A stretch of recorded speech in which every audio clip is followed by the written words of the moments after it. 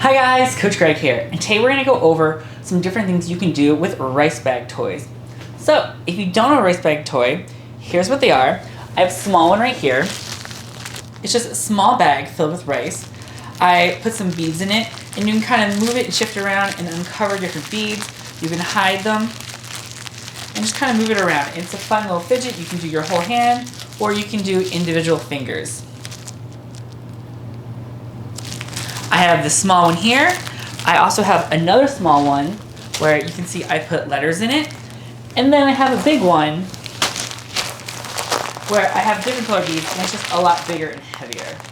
So normally with the rice bag toys, you're gonna do something where you use your fingers a lot, maybe you have to sort it out, but today we're gonna go over different ways you can play with big movements. So the first thing we're gonna do is really simple, but we're gonna grab the big bag and we're gonna use it as a weight. So I'm gonna grab a big bag, and I notice that it's kind of heavy, so I can use it as a weight where I can push it over my head, curl my arms in, and because it sags, you can put it on your feet and kind of use it as a weight there. I like this idea for kind of a lightweight. You may not want to have a hard weight where if you drop it, you're gonna hurt yourself or hurt your toes or something else. This one, if I drop it, you know, it doesn't really hurt, it kind of flattens out. My toes are fine. Like I said, it kind of spreads out. As long as you can put anything really big and heavy in here, for the most part, it's kind of just gonna spread out. So it's something you can drop. You do have to watch out where you don't want to drop it too many times. You don't want the bag to break open. It's really nice because you do different activities, different exercises using the weight.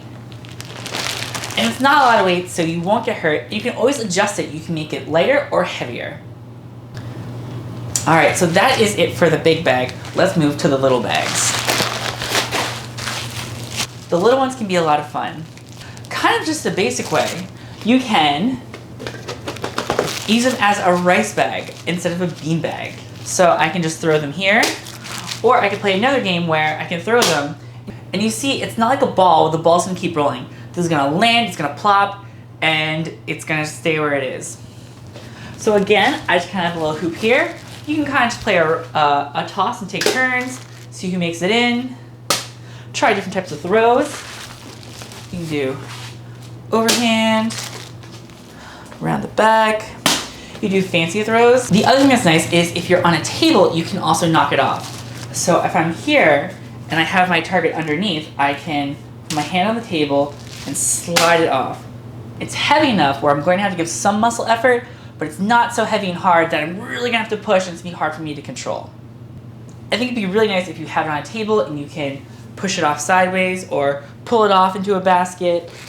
So I'm here and I can maybe, this is the table and I pull it off into the basket. It's not too hard, but it does require some effort. Let's get to our last one. Alright, so the last way you can play, which I think is kind of fun and can be a little creative, is you can use it to kind of build different things. Now this isn't going to be something you'll be able to stack really high like blocks, but it is fun to play with. So if you have someone who has trouble maybe stacking blocks up, this might be an easier way, and it kind of makes a cool structure. So I can just plop these down.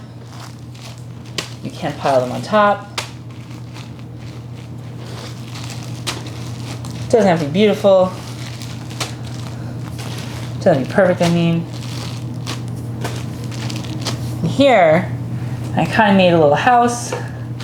My little stuffed animal. And you can build a lot of different things. I can just put these around and just make a little home with an opening. I'll put this on this side. So again, I wouldn't recommend this as a tall building material, but it is something where you can stack them on top of each other. Another thing is if you have someone who has limited grip, you can actually just kind of pinch an end of this, move it over, and you can pop it down. And if you pop it or drop it down, it'll kind of stay there. So I can kind of build something with just a little grasp. And I can make my own tower. Again, it's hard to stack vertically, but I was able to make a tower and I only use this grasp.